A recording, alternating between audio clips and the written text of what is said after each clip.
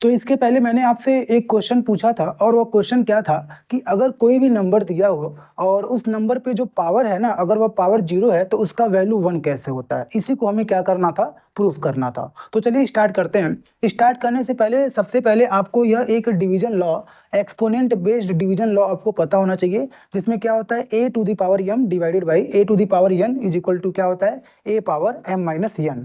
मतलब अगर इस तरीके से फॉर्मेट दिया है तो हम उसको क्या कर सकते हैं, a power m minus n के फॉर्म में राइट कर सकते हैं। ठीक है, तो ये सिंपली सॉल्व हो जाता है। हम क्या करते हैं, इसी को यूज करके जो है ये प्रूफ करेंगे a to the power 0 is equal to 1 होता है। ठीक, चलिए स्टार्ट करते हैं। सबसे पहले एक एग्जांपल लेते हैं। एग्जांपल हमारा ले लीजिए आप 5 पावर 4 डिवाइडेड बाई 5 पावर 4। सबसे पहले इसको हम क्या करते हैं, फैक्टराइज करते हैं। ठीक है, दो तरीके से सॉल्व करेंगे।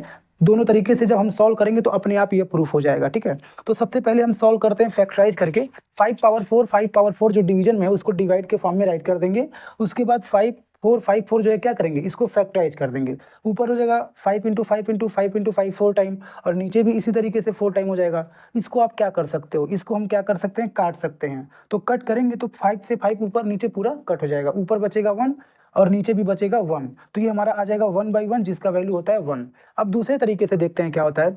दूसरा तरीका जो है, यही सेम क्वेश्चन लेंगे 5 to the power 4 divided by 5 to the power 4। इसको क्या करते हैं, अब आप ध्यान से देखिए, जो पहला वाला जो नंबर दिया हुआ है ये नंबर क्या है, a to the power m है, डिवाइडेड बाई दूसरा वाला जो नंबर है ये कौन से फॉर्मेट में दिख रहा है, a to the power n दिख रहा है। ठीक है, तो ये हमारा a पावर n के फॉर्म में दिख रहा है। इसी को हम क्या करेंगे, डिवीजन लॉ पे रखेंगे। तो डिवीजन लॉ पे रखेंगे तो क्या हो जाएगा, a power m minus n। तो a हमारा क्या है, 5 दिख रहा है, दोनों में सेम है।